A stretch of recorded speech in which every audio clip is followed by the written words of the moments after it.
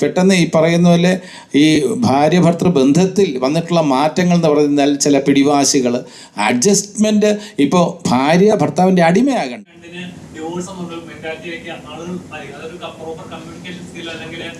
പ്രോപ്പറായിട്ട് ഒരു ഒന്ന് പറഞ്ഞ ഡിവോഴ്സ് ആണ് ഒരാളുടെ സ്വത്തിൽ എത്ര കിട്ടിയിരിക്കണം എന്തോ ഒരു അവകാശം പോലെയാണ്.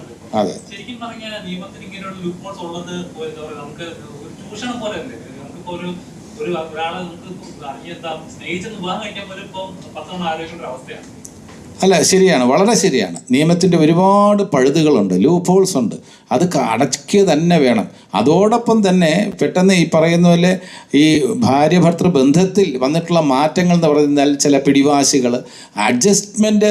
ഇപ്പോൾ ഭാര്യ ഭർത്താവിൻ്റെ അടിമയാകണ്ട, ഒരിക്കലും ഞാൻ പറയില്ല, തുല്യസ്ഥാനം വേണം. പക്ഷേ ഭർത്താവ് പറയുന്ന ചില കാര്യങ്ങളിൽ, ഇപ്പോൾ ജോലി സ്ഥലത്ത്, ഇപ്പോൾ 2 പേർക്ക് 2 സ്ഥലത്താണെന്നുണ്ടെങ്കിൽ ഒരാൾക്ക് ബാംഗ്ലൂരും ഒരാൾക്ക് ചെന്നൈയിലും, എനിക്കറിയാവുന്ന ഒരു കേസ്, സോഫ്റ്റ്വെയർ എൻജിനീയേഴ്സാണ്.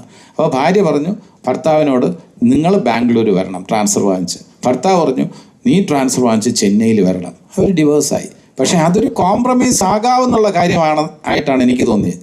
എൻ്റെ ഒരു ഡിസ്റ്റൻറ്റ് റിലേറ്റീവാണ്. അപ്പോൾ ഞാൻ ഇടപെടുമ്പോൾ അവർ 2 പേരും കോംപ്രമൈസിന് തയ്യാറല്ല. അപ്പോൾ ഒരു സിറ്റിയാണോ ദാമ്പത്യത്തിനേക്കാളും വലുത്?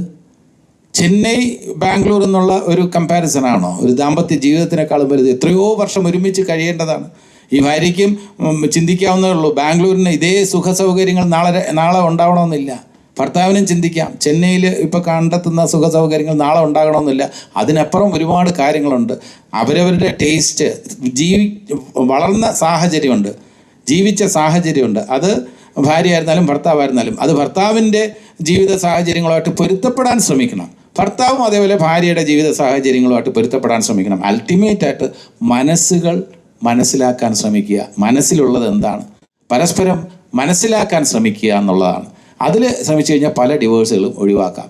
പിന്നെ കാശിനോടുള്ള അമിതമായിട്ടുള്ള ഒരു സ്നേഹം, അത് ഭാര്യയ്ക്കായിരുന്നാലും ഭർത്താവിനായിരുന്നാലും, സ്ത്രീധനത്തിൻ്റെ പ്രശ്നമൊക്കെ ഉണ്ട്. ഇപ്പോഴും ഡൗറി ഒക്കെ കുറ്റകരമാണെന്ന് പറയുമ്പോൾ പോലും നമ്മുടെ സമൂഹത്തിലുണ്ട്. അത് വേറെ രീതിയിൽ ഗിഫ്റ്റായിട്ടും സന്തോഷമായിട്ടും കൊടുക്കുന്നു എന്നൊക്കെ പറയുമ്പോൾ അതൊക്കെ ആ സമ്പ്രദായം 100% തുടച്ചു മാറ്റാൻ കഴിഞ്ഞിട്ടില്ല എന്നുള്ളതൊരു യാഥാർത്ഥ്യമാണ്.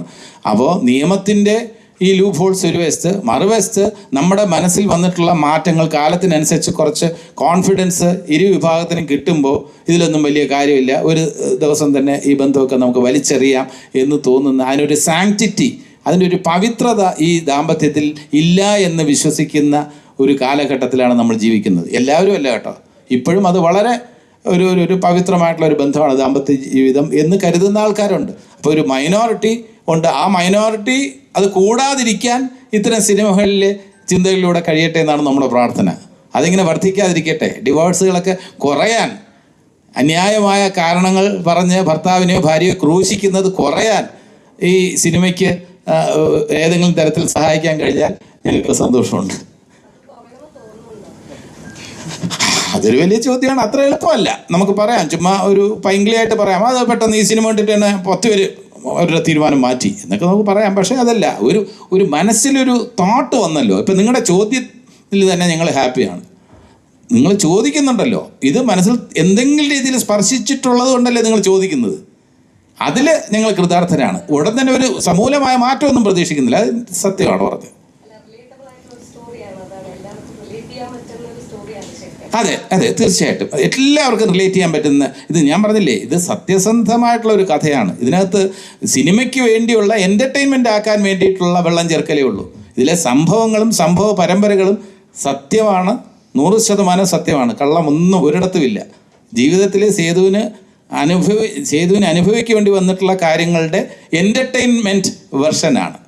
ഒരു എൻ്റർടൈനർ ആക്കണമല്ലോ സിനിമ, ഡോക്യുമെൻറ്റേഷൻ പറ്റില്ലല്ലോ. അപ്പോൾ സിനിമ അതൊരു രസകരമായിട്ടുള്ള രീതിയിൽ ഇത്രയും കഥാപാത്രങ്ങൾ വന്നു. ഇതേപോലെ എക്സാക്ട് വിശ്വനാഥനായിരിക്കില്ല, അഡ്വക്കേറ്റ് ആയിരിക്കില്ല. അതേപോലെ എക്സാക്ട് സഹദേവനായിരിക്കില്ല സേതു. അപ്പോൾ ആ വ്യത്യാസം എന്തായിരുന്നാലും ഉണ്ട്. സിനിമയ്ക്ക് വേണ്ടിയുള്ള വ്യത്യാസങ്ങളുണ്ടാവും. ബാക്കി സംഭവങ്ങളെല്ലാം അടിസ്ഥാനപരമായി സത്യസന്ധമായിട്ടുള്ള കാര്യങ്ങളാണ് ഇതിൽ പ്രതിപാദിച്ചിട്ടുള്ളത്. അത് ധൈര്യസമേതം നമുക്ക് പറയാം.